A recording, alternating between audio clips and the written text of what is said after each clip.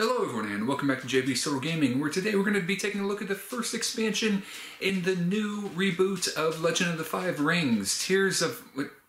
Well, anyways, before we get started with that, I want to give two caveats. First of all, I'm a newer player to the game, so you may say, why am I go ahead and doing this? Well, first of all, this video is intended in part for newer players of the game to see what cards are in these decks and what looks interesting to them, because when I did a search for videos on these expansions, there weren't a ton of stuff out there. There was some, but not a ton.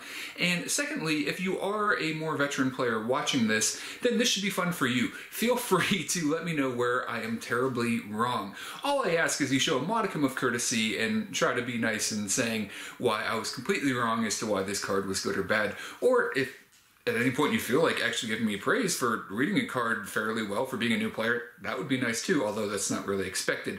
So that's the first caveat. Forgive me if not all the readings are fantastic, and we're not going to spend a lot of time dwelling on any one card. We might talk about a certain lion card in one of the later expansions for a little while. But basically give a basic idea for players what are in these and my initial thoughts on these cards. Next, the caveat is, again, I'm not necessarily going to know how to pronounce all these names very well. I haven't really been into the game. I'm not great at pronouncing names in general, so I apologize for that in advance. I may just skip some names and just, well, you can see what the card is, because that may be less aggravating for people than mispronouncing it. But anyways, let's go down and take a look at the cards. First, we'll take a look at the actual provinces, then we'll go through the cards in the Dynasty deck, and then the cards in the event deck available to players, and take a quick look at what's in the first expansion. So for our first card, why don't we start off with the card that is the name of the expansion, Tears of... you know what it is. So it is a shrine, is a province with a value of 4. It is a keeper role. So who are keepers right now? We mentioned briefly in the first video the idea that each faction has, depending on who plays first in the tournament or whatever, a card that's available to them depending on their faction. That will change based on other tournaments, and if you're playing casual, we don't really have to worry about that. But right now, the keepers are Crab, they are Lion, they are Phoenix, and they are Unicorn. So if you're playing in any of those factions, then this is legal. If you're not, then it isn't. This is a void one as well. So it has 4 value, and as a reaction, when this province is revealed, gain 1 fate for each attacking character. Now this is one of these cards that I think at first glance can appear pretty nice. However, if you really think about it, very often someone is initiating an attack with 1 or 2 characters, and they may bring in more characters later or whatever. There obviously are situations where there are more characters, and this card could get a lot of value, but for getting 1 or 2 fate once is often what the cases of this is going to be. I'm not really sure that this is going to make the cut as a void. Now remember, unless you're playing a type where you can have more than one of one type, you only have one. I think there are better void out there as far as provinces go. So I don't necessarily think this is a terrible card. I just don't know if you're going to get enough value for it to really make it all that playable. Alright, next up we have a 3 value province. This one is a seeker only, so the opposite of the keeper as far as you can play this. And during conflicts of this province, each player cannot spend fate from his or her fate pool. So here's another card that I think looks interesting, but I don't really know if this card's going to see play. I kind of have a problem with this because, first of all, it could be really good if you're playing a deck that has maybe a lot of characters, and there are other good stuff in the fire, obviously. And if you're playing a deck with maybe a lot of characters, and you're not necessarily going to be playing a lot of combat tricks, and you think your opponent will, I guess that could be good, but it's only 3 strength, so it's going to be hard to hold on to, and there are going to be situations where you're being hurt by the fate as much, if not more, than your opponent not being able to play it.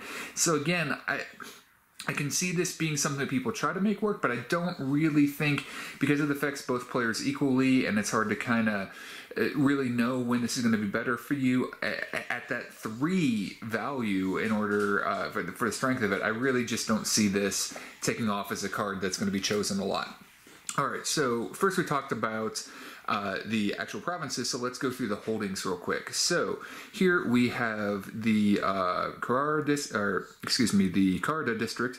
It's a crab holding. It adds +1 to the province, and this is a limit 1 per deck. I think this is pretty important because I think while the first 2 cards we looked at I don't think are really fantastic, I think this card is pretty solid.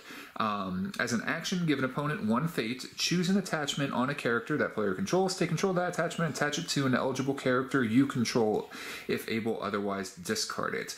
So at first that may seem like a pretty high cost, giving your opponent fate, so that's kind of a 2 fate swing, losing 1 and then giving 1 to your opponent. However, there's a lot of good attachments in this game, and for that 2 fate, you are not only gaining an attachment that's potentially 1, 2, or 3 fate. No, I don't see this being used too often on a 0 cost one. It could be, though, if it's an important battle you want to swing. Still, you're taking it from your opponent and giving it to you. So while you're losing the fate and giving it to your opponent, that is a pretty high cost. I think this could be pretty valuable. The downside on this card, obviously, is limit 1 per deck. So there are going to be a lot of games that if you include this in your deck, you won't even see it. So that is something to bear in mind. But for Crab, a faction that can afford putting in a few extra districts than other factions because they can benefit from it, I think this is a card that will definitely see some play as obviously one of in Crab decks. All right, next up, we have the Hito District. This is a line holding. It again adds 1. It is again limit 1 per deck. Political conflicts cannot be declared against this holding's province.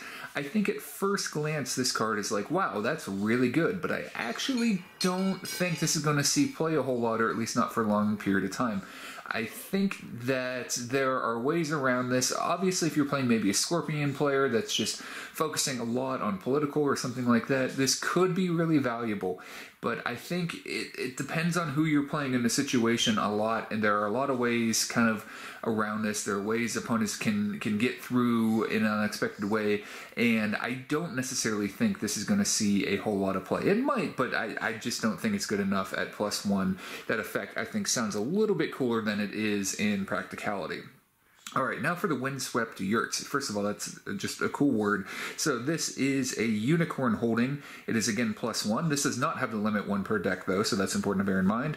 And as an action, sacrifice this holding, select 1. You can either have each player gain 2 fate or each player gain 2 honor and then refill the province face up. Refilling the province face up is a nice little bonus just in case you have things to bring stuff into play. And well, I think this will see play actually. You may say, well, why do I think this will see play if it helps your opponent as much as it helps you, just like the other ability we looked at. So, well, here's the thing. I think that this will see play because you get to control what happens here. So, not being able to play fate for both players, that's iffy. But because you get to control when you get that fate or when you get that honor, then this could be a big thing. First of all, if you're running into an issue, if you're running into a lot of decks that are dishonoring opponents, which is something that people are playing right now, then being able to give both players 2 honor, well, obviously helping your opponent, but you're helping you more because it's preventing you from losing the game, which can be big. But you may have a situation where maybe your opponent has passed in the dynasty phase and then you want to use that 2 fate and you're hoping they won't have cool tricks and stuff to do with their conflict deck or whatever. Because you control the timing of it, despite it having a benefit for both players, I think this will actually see some play. Alright, so now we're actually going to get to some characters here. We're going to start with Crab Clan with Staunch Hita. So this is a 2 cost, 2 military, and a dash in political. So if you remember, if you're new to the game, that means that this character just can't be involved in political conflicts whatsoever. Their traits are Bushi and Yojimbo. And as a reaction, and here's the, and they also have 1 glory, which can be important. So you might say 2 for a 2 dash. That's not very good. Is their ability good enough? So I think mostly yes, and I'll tell you why I think yes, and then I'll tell you why I think mostly. All right, as a reaction, this character, if they win a conflict as a defender, resolve the ring effect of that conflict as if you were the attacking player, max 1 per conflict. I think that's a really good ability. Why do I think it's a really good ability? I think it's an okay ability in other factions because, well, resolving the ring effect can be a powerful thing. However, this is a thing that Crab wants to do. They are very good at defense. So whenever you're giving a bonus for something a faction already does, then that's a great thing. It's a fantastic crab card because of that. Why do I think it's limited, not necessarily an auto-include?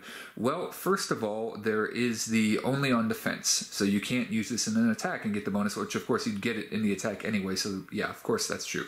But because they have the dash in political, you can't even bring this character into a political fight, maybe have them honored or something, or just as a body in order to get that effect. Whatever the case may be, you're only ever going to be able to trigger this once. You only have one opportunity. Your opponent only has two conflicts to bring at you, one of them political, so even if you send this character back up, it's not going to do you good on the second defense. They can't participate in that.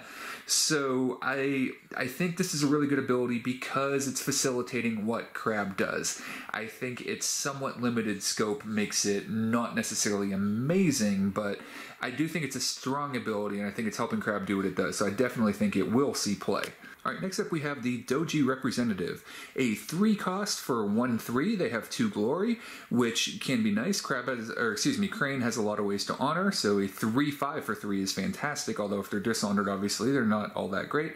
But you might say, okay, so 3 cost, 1/3, that's not fantastic stats. Is the ability good enough?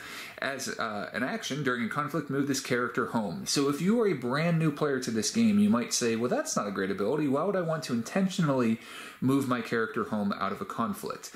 Well, this is actually a really good ability, and I think this character is going to see quite a bit of play. First of all, it has the courtier keyword, which is nice, and quite a few effects trigger off that for Crane, so that's a nice... and they have a lot of good options at courtier, but I think this one will see play because you can do lots of things with that. You can go in, particularly if this character is honored, and they go in on a political attack, your opponent has to defend, and if they overcommit, pull this person out, and then you have a 5 political for defense or a 3 military for an attack later. If you end up in a situation where you know you can't win and this character isn't doing any good, pull them out. If you're in a situation where you know they're not going to add any more benefit, you've just crushed the province, they have no defense, great. That ability to pull a character back is actually a very valuable ability in this game, not just against enemy characters, but for your own character. So I think this is a solid card that will definitely see play for Crane. Alright, next up. Oh boy, let's see here. Kitsuki Yaruma. Okay, so this is a 4 cost 2/4, again with 2 glory, so can, get pretty powerful if honored and pretty weak if dishonored, but courtesy, which is a nice little word to have on there, and no poison attachments. That's not a big thing in the game yet, but it may be bigger later on. But as a reaction, so here's the thing. So this ability going to make the character worthwhile or not? Because 4 is a high cost. After this character enters play, choose an unbroken province and turn that province face down. So this is a pretty obvious play what this character is trying to do if you are playing a deck that has provinces with those one-time effects where, well, you're getting fate, or you're making them discard cards, or it's changing. Of course, this wouldn't be as good on the changing conflict, because the downside of this is obviously your opponent's going to know what that province is. While I may not be great at remembering all kinds of things at once, I can remember what one province does. So you're not going to get maybe as good of effect. Your opponent's going to maybe play around it next time they attack that province, but you will get to trigger it again. And even if they're playing around it, it's something you're forcing them to maybe play a little bit differently, a little bit suboptimally. I think it's a good ability. This is a card I'm interested in opinions on. I don't necessarily know if it's good enough for the cost to find spaces in a lot of decks. I think it's neat. I think there are some players who like effects you can trigger over and over again and don't necessarily like those ones that only trigger once. This will let you trigger something again, which is nice, but unless you have multiples in your deck, then you're not really guaranteed to get any effectiveness from this. So I think it's an interesting card. It's a fun card. I don't know if the effect is good enough or not. It is a good effect, but I guess time will tell. I'm kind of leaning towards no, but again, I'm interested in your opinions. Now, I was leaning towards no on that last card being played in a lot of decks. Here's one I think is going to see a lot of play. The Gifted Tactician. 2 costs for 2/1 with 1 glory. So again, Lion can honor units, so this could become a 3/2, which is really nice for 2. It is a Bushi. It is Commander, so that is going to matter. And I think Commander may matter more later on. Bushi definitely matters right now. Reaction: after this character wins a military conflict, draw 1 card. So we talked before about the Crane clan getting things that help them doing what they do well already. So talk about a card helping a faction do what they do well already, well, Lion wins military conflicts. And you really got to pay attention to the wording on these cards when determining how good they are, because one nice thing about this card is it doesn't say on the attack. So that's a big thing to bear in mind. This can be on attack or defense to trigger this ability. So if this is a character that you can potentially bring in to another thing, to a defensive conflict, it works just as well there. It is a character you could have multiple of because it is not unique, so you could draw multiple cards in a conflict. And, well, one of the things with Lion is they often are going to want to have more honor than their opponent. Depending on the deck they're playing, that can be a priority because certain things trigger off of that. So, if you're going to want to have more honor, one of the best ways to keep honor is not drawing cards. So, it enables card draw in a faction that, particularly in some decks, could really use it. It's already a decent body for 2 cost. It can be honored for more. Lion's good at honoring. Basically, this is like a win-win-win-win for Lion as far as I'm concerned. It's not like a broken, like, oh, every deck must have 3 of these, but I think this is a good card that's going to see play in a lot of decks as Lion. It just does well. Now here is a unique card. Isawa Katie, I don't know. Like I said, I'll probably screw things up. And this trait here, Chigusa, I'm not quite sure about that either. It's nice to have that because there are a lot of spells that you need a character with that type. I mean, it's not that they are limited in their choices for that all that much, but it is nice to have. And a Void also, which is interesting. All right, so 5 cost. So we're getting up to, champion level cost here. So is that going to be good enough? It's a 3/4. Okay, 3 glory, that's big. If they are honored, they're awesome. If they're not, or if they're dishonored, that's terrible. So, okay, maybe stats-wise, we're not sure if it's worth it. This character's worth it. Is the ability. Immune to opponent's ring effects. That's a nice little bonus. I like that, and it's just opponents, not your own, so that's also key. And when this character is attacking, so there's something to bear in mind, only when attacking, but it is not just on military or political, so that is important to bear in mind also. And at 3/4 stats, this character has a good chance of attacking in either situation. The contested ring gains the, I believe that's fire element. If this character wins the conflict as an attacker, instead of choosing an element to resolve each of that ring's effects. So here's why that's a good ability. A lot of things let you change, or at least some things let you change the effect of the ring. This gives you both effects. So in a way, it's kind of like the defender getting to trigger the effect, but in this case, it's the attacker getting to trigger a bonus one. Again, I think that's a good effect. I think this is a good card. Is it good enough at 5 costs? That I'm not sure about. Getting 2 ring effects can be nice. Phoenix likes doing cool stuff with ring effects. I think this is a good card, and this is one I'm interested in opinions on. I don't know. I don't think this is like an auto-include or anything like that, and I don't know if it's good enough to see play in a lot of decks. I'm kind of iffy on this one. It is a nice ability, but at 5 costs, I don't know if it is quite good enough. All right. Last up in the Dynasty cards, we have the Swift Magistrate. It is a unicorn card. It is a 3 cost 2/2. It has Bushi, Imperial, and Magistrate. While this character is attacking, each other character that has 1 or more fate on it does not count its skill towards the resolution of this conflict. I think this card maybe sounds neater than it is. It's nice because it says each other character, so this character can have fate on it. I think you can kind of play around this. I think there are situations where this card is fantastic.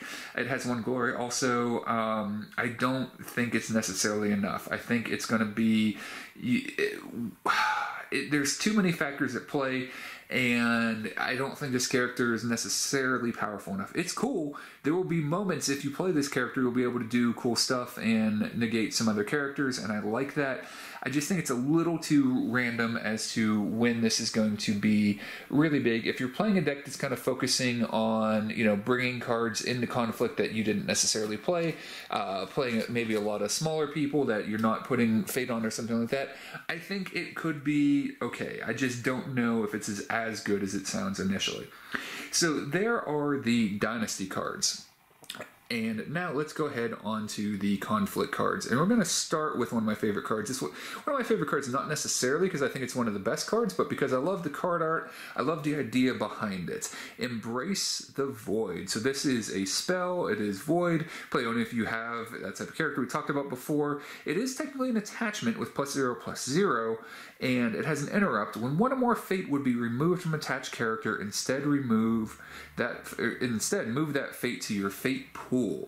Wow, I like this. This is one of these cards that I'm super excited about. I don't know if it's as good as I think it is. I may just be excited because it's cool art and a neat concept. There was a lot of debate over how this card worked when it first came out. I can say that I did a little bit of reading on this, and there was a ruling, as far as I understand it, that even if you do things like make a character discard a card, then you still get that. Because even though all of that happens simultaneously, as far as losing the fate and the character going away and attachments going away and all of that, because it's an interrupt, it does allow you to take that fate, which makes that card more powerful. What if you have two of these on a character? That's, well, in that you play one and your opponent plays one. There's another interesting thing. So my understanding right now, the ruling is whatever the more recent one is, that's the player who gets the fate. So that's something to bear in mind. Maybe you'll play one and your opponent plays one, so that's kind of terrible. So that is a bummer. We should talk about, it is 2 influence costs. So it's not impossible to bring in. It's something that I don't know if it's good enough to consider splashing, but I really like this because it's 0 cost. And even if your opponent ends up playing removal in order to get rid of it, that's not the worst thing in the world. It's a 0 cost card. So if your opponent's using a control as far as attachments to get rid of it, I don't think that's a terrible thing. And it can be a decent swing. If you get this on a character with at least 2 fate, that's really nice. And I actually really like this card. I want to play with it. I want to see if it is good as I think it is. And let me know for people who have had more experience with this. All right, next up we have Smoking Mirror. So this is a 1 cost event for Scorpion, has 2 influence costs. It is a technique, action. During a conflict, choose any number of shinobi characters you control, move each chosen character home. So we talked before about how moving characters home can be a big deal. I don't think the shinobi deck is quite there yet. I don't think they have quite enough tools yet. However, it will be a thing. There will be enough shinobi characters to make in a shinobi deck, and this could, I think, be a card that just wins you the game. So why do I say that? Well, if you're in a situation where you're making that final push on the last province, you send everybody in. If they're mostly shinobi characters, your opponent obviously has to defend with probably everything in order to stop you and guarantee you that they don't lose, and then you just pull them back and attack on your next attack. Things like that. I think this is a really cool card. I don't think it's fantastic right now, but I think it will see play further down the road in shinobi decks. It's a nice ability even with that 1 cost. Alright, next up, a 1 cost, Conformant for Scorpion. A peasant, this is a shinobi, not necessarily one that's going to be great doing, attacking for you, but still, nonetheless, this card has a pretty cool ability. Reaction, after you play this card, look at your opponent's hand. So this is a card I like to joke is for players that are either smarter, have a better attention span, or just better memory than me, because knowing what's in your opponent's hand can be really, really nice. I feel like I could screw this up. I think this is particularly good maybe in Scorpion, because Scorpion has some decks out there that they're going to try to lock you down to getting 1 card every turn because it's going to be too dangerous to lose honor, things like that. I think that is pretty interesting. And if that's the case, if you know that particularly if you're playing a deck that's trying to keep your opponent from drawing too many cards, then you're going to know mostly what's in their hand for a couple of turns, and that's pretty fantastic. And I'm assuming, I could be wrong, I mean, it is a -1, so that's, not very much, obviously, for 1 cost. But I think that ability is going to be worth it for a lot of players, knowing what is in their opponent's hand and being able to play around that. Okay. Now, this is a Seeker only for Lion, and I believe Lion is Keeper right now. So is this worth splashing? It is only 1 cost as far as influence, so I don't know, it's up to you. But I do think this is a good cost. It's a 0 card event. Reaction, after you lose a political conflict, which when Lion can play this card is something Lion might do, although Lion isn't, terrible in political. Obviously, they're military focused. Choose a Bushi character you control, put a weapon attachment with printed cost 3 or less into play from your hand or conflict discard pile attached to that character. I think this is a good card. Even if it's a 1 or 2 cost, it's value, and particularly because it can come from your discard pile. So you can bring back a powerful attachment you've used earlier. I don't know if it's good enough to splash in line for this. I don't know how much splashing there is in line, particularly with Dragon as good as it is right now to splash into. But I do think this is a good card. Let me know if I'm wrong, but I think that's a lot of value there. Even if you're getting a 1 or 2 cost attachment, particularly if you're getting it from your attachment discard pile, that's where I think this is going to be really cool and a lot of value. It's almost like you're basically not using the card for this. It's basically no cost at that point. 0 cost as far as fate. and then you're bringing a card out by playing a card. So I really think that that's pretty cool and a pretty powerful ability. All right, now let's see here. Let's talk about something that I'm not quite sure about. So the Jade Masterpiece. This is a dragon. It's 2 influence to bring in. It is a 1-cost attachment, 0 political, 0 military, 1 political. It is an item, it is Jade, and as an action, ballast attachment, choose an unclaimed ring, move 1 fate from the chosen ring to another unclaimed ring. This is a card I'm really interested in thoughts on. I'm very undecided about this card. I mean, you can basically pay for itself a turn you play it, especially, you play it if you're attacking first, you move a fate to the one you're going to choose, maybe there's already a fate on it. I think there's definitely value in it, but even if it pays for itself and it ends up being 0, you're just getting 1 political out of it. There's already a fan that gives you 2 political for 0. And moving fate around is something that I think will become more and more prevalent and more important. Obviously, if this is out there for more turns, that's nice, but it's an attachment in Dragon that already has a lot of good attachments, so I'm just not sure how much play it'll see. Let me know your thoughts on this card, but I don't think it's quite, a card that's going to be like automatically included or anything like that. I'm not sure how much play it will see. All right, next up we have a 0-cost attachment for Crane. It adds 0 military, 1 political. This will cost 1 to bring in as far as influence, and it is a seal card. So the Seal of Crane is going to work basically the same way as all the other seal cards that we will see. Give the attached character to Crane clan symbol and the duelist trait. So all these cards seem to function this way, and they give someone a particular trait. I don't think duelist is super important for Crane right now. There is at least 1 card I can think of that triggers with that, which is kind of cool.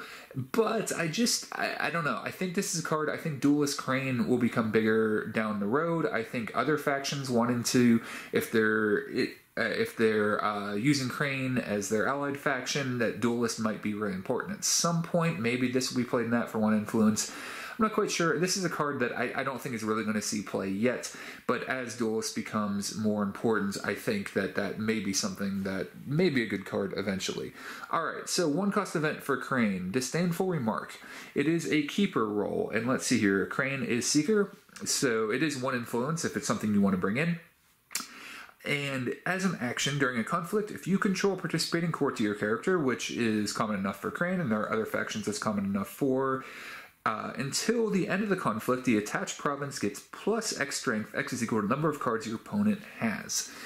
Now, I have thoughts on this card. My initial thought is, wow, that's really good. That can just prevent a province from being broken. Yes, it's costing you 1 and a card. Is that always going to be worth it? Maybe a lot of the times, but it's tricky. Early game, your opponent's probably going to have maybe 5 cards or something like that, and that, you're playing this in a battle you're going to lose anyway, so they're still getting the ring effect. You're stopping that from being broken in most cases. Yeah, I think that's pretty good. Late in the game, there may be some decks you run up against that have very few cards. There may be, maybe playing somebody has like 10 cards in their hand, at which point they're just not breaking that province when you play it. I think it sounds pretty good, but I don't know if it's a good enough defensive card to really see a lot of play, and especially Crane can't play it right now, so I doubt this is worth splashing in other decks. It's a nice ability, I just don't know if it's quite there to see a whole lot of play. Alright, next up, Finger of Jade, a 1-cost attachment that gives 0/0, attach your character you control, interrupt, we're on the neutral cards now. When the effects of a card ability that targets the attached character would initiate, sacrifice this attachment, cancel those effects. So, I don't know what your opinions are. There is quite a bit of like canceling and blocking effects and things like that already in the early game, and I think this is a decent one. It's less powerful than some because your opponent obviously may not just target this character, may go after another character, but if the other characters aren't as important, you have a character you really want to protect, I think this could be worthwhile in some situations. And then you have a situation if there's an effect that's going to do something to that character, do you get rid of this card in case there's a worse effect that may come in later and your character's trying to bait you into getting rid of it? It's hard to say, but this is pretty good. I mean, when you have decks that have characters that you really need to protect, For example, I could see this in a dragon deck that is relying on putting a lot of attachments on characters and getting that value out of those characters, these Voltron sort of characters. Then that could be pretty interesting. So I'm thinking this will probably see some play. All right, last but not least, the Goblin Sneak. So it is 2 costs for 1 dash. Well, that's pretty terrible. Is the ability good enough? Well, it is 0 glory. It is a Goblin and Shadowlands. We haven't seen that yet. That's pretty cool. As a reaction, when this character enters play, place 1 fate from an opponent's fate pool on it. So here's the deal. The effect is your opponent is losing a fate, and then this character is staying around for an extra round. Now, 2 rounds at a 1 dash isn't fantastic, but it is a body, and bodies are useful. So is a 2 cost worth it? I think this will... I could be wrong. Let me know if I'm wrong. I think this could see some play, though. It is a neutral card, and that ability, I think, can be used situationally really effectively. So let's say you're in a situation where your opponent has 3 mana going in, or excuse me, 3 fate going into the conflict phase. Well, not necessarily, but depending on the faction they're playing and the cards they have available, there is a decent chance there's a really powerful 3-cost thing. There are quite a few 3-cost things that your opponent could be playing that could be really powerful, and this is just one possible situation. And by playing this and taking that, unless your opponent has another way to gain a fate back, you might have just ruined their turn, kind of. They might have had a plan as to they were going to wait for the right moment and then attack and then play this card and bring in a bunch of stuff, or they were playing Crane and they were going to slip in that 3 political that gets 6 on defense or something like that. There's all kinds of things that you could stop by playing this. So whether or not you think denial is a good thing to have a lot of in a game, this is a different kind of a denial, taking away that. And I think when played at the right time, when you're at a point where you kind of understand what's probably in your opponent's deck, then maybe this card will see some play. So there you go. There's my thoughts on the first expansion. Let me know what you guys think. Again, I apologize if my opinions are just wrong. Please feel free to let me know if you think they are just wrong. But hopefully you guys enjoyed this. Let me know if you did. We can continue on. There are 6 of these expansions coming out in 6 weeks, and we can take a look at all of them if you guys are interested, and you can make fun of me for how terrible I am at talking about cards, or if this is helpful to new players particularly, I appreciate that. Please let me know. This is a game I really enjoy. I'm planning on doing more content. Maybe we won't do more of these, maybe we will. That might depend in large part on feedback, but this is a game I really enjoy talking about and looking at, and so I thank you a lot for watching. Let me know what you guys think, and we'll talk to you again soon. Alright, bye.